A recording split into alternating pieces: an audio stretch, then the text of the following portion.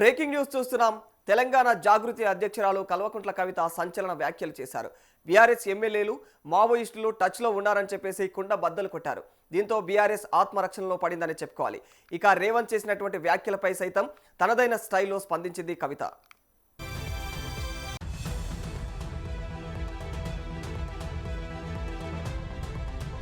రావణాసురుడు ఉండటం వల్లే రాముడికి, శకుని ఉండటం వల్లే కృష్ణుడికి గుర్తింపు దక్కిందని ఇటీవల సీఎం రేవంత్ రెడ్డి చేసిన వ్యాఖ్యలపై కల్వకుంట్ల కవిత ఆసక్తికరంగా స్పందించారు. ఇక కేసీఆర్ను రావణుడిగా చెప్పినటువంటి రేవంత్ శకుని ఎవరో మాత్రం చెప్పలేదని పేర్కొన్నారు. తనను తాను మహాభారతంలోని బార్బరుకుడి పాత్రతో రేవంత్ పోల్చుకున్నారని, ఇది తనకు నవ్వు తెప్పిస్తోందని, ఇక బార్బరుకుడి మాదిరిగా రేవంత్ చేసినటువంటి త్యాగం ఏమిటో తెలియడం లేదని ఆమె ఎద్దేవా చేశారు.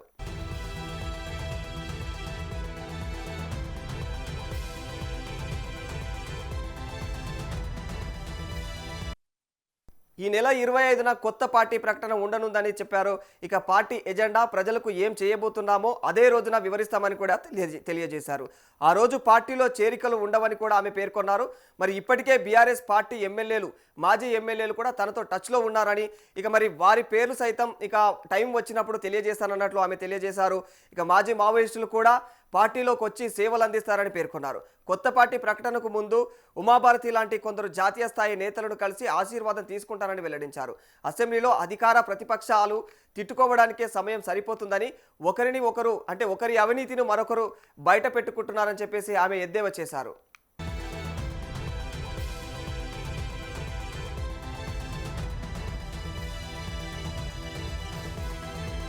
సీఎం రేవంత్ బీఆర్ఎస్ పార్టీ భుజాన తుపాకీ పెట్టి మంత్రి పొంగులేటి శ్రీనివాసరెడ్డిని కాల్చారన్నారు.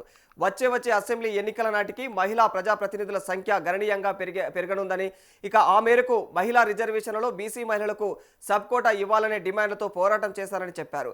కల్వకుర్తి పరిధిలోని కుర్మిద్దలో ప్రభుత్వం పెద్ద భూస్వాములకు చెందినటువంటి 100 ఎకరాల భూములను వదిలిపెట్టి అర ఎకరం ఉన్న పేద గిరిజనుల భూములు ఏదైతే టీజీఐసీసీ ద్వారా లాక్కునే ప్రయత్నం చేస్తుందని కూడా ఆమె విమర్శించారు.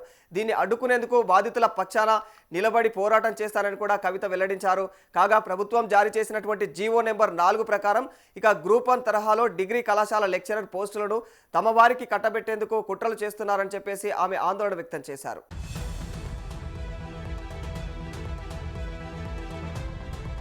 పీహెచ్డీ చేసిన వారికి 25 మార్కులు వెయిటేజ్, ఇంటర్వ్యూలో 10 మార్కులు అంటూ నిబంధనలను తమ వారికి అనుకూలంగా మార్చుకుంటున్నారని చెప్పేసి కవిత విమర్శించారు. వెంటనే జీవో 4ను రద్దు చేయాలని డిమాండ్ చేశారు. డిఎస్పీకి ఇక జీవో 104, ఏదైతే డిఎస్సి ఉంటుందో డిఎస్సికి జీవో 104, గ్రూప్స్కి అయితే సంబంధించినటువంటి జీవో 29, పోలీసు ఉద్యోగాలకు జీవో 46, గురుకులాల జీవో 81 తెచ్చారని, ఇలా ఉద్యోగ నియామకాలకు అడ్డంకిగా ఉన్నటువంటి జీవోలను రద్దు చేయాలని డిమాండ్ చేశారు. గత ప్రభుత్వం రేషన్ కార్డులు ఇవ్వలేదని ఆరోపించినటువంటి అధికారంలోకి వచ్చిన కాంగ్రెస్ ఇప్పుడు రేషన్ కార్డుల ఏరివేత కార్యక్రమం పెట్టుకుందని చెప్పేసి విమర్శించారు. 5 లక్షల రేషన్ కార్డులు ఇచ్చామని చెబుతున్నటువంటి ప్రభుత్వం ఏరివేత కార్యక్రమం ద్వారా 15 లక్షల రేషన్ కార్డులు తీసివేస్తారని చెప్పేసి ఆమె తెలియజేశారు.